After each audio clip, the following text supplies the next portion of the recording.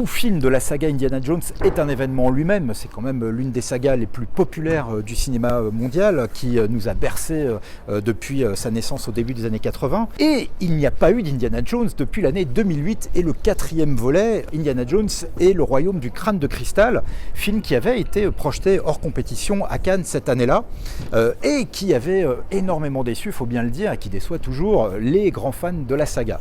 Donc ce 5e Indiana Jones est un événement parce que la franchise a une revanche à prendre sur ce dernier rendez-vous manqué en 2008. C'est également la dernière fois que Harrison Ford, qui est désormais octogénaire, portera le célèbre chapeau et le célèbre fouet de l'archéologue qui a fait sa gloire. Le film est également un événement pour la présence au générique devant la caméra de l'actrice scénariste prodige Phoebe Waller-Bridge qui joue le rôle de la filleule d'Indiana Jones. L'intrigue, on ne sait pas trop exactement évidemment les détails, si ce n'est qu'elle se déroule pendant la guerre froide. Enfin, ce 5e Indiana Jones est également un événement puisque c'est le premier film de la franchise à ne pas être réalisé par Steven Spielberg, qui reste à la production. Le film est réalisé par James Mangold, le réalisateur à qui l'on doit notamment des films formidables comme Copland dans les années 90 avec Sylvester Stallone, également Logan, le meilleur film de la saga Wolverine, et plus récemment Le Mans 66, incroyable film avec Christian Bale. Le film dure quand même 2h34, c'est le plus long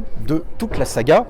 Indiana Jones et le cadran de la destinée de James Mangold sort en France le 28 juin et il sera en projection en avant-première mondiale à Cannes ce soir où l'on verra Harrison Ford et toute l'équipe du film monter les marches sur le tapis rouge.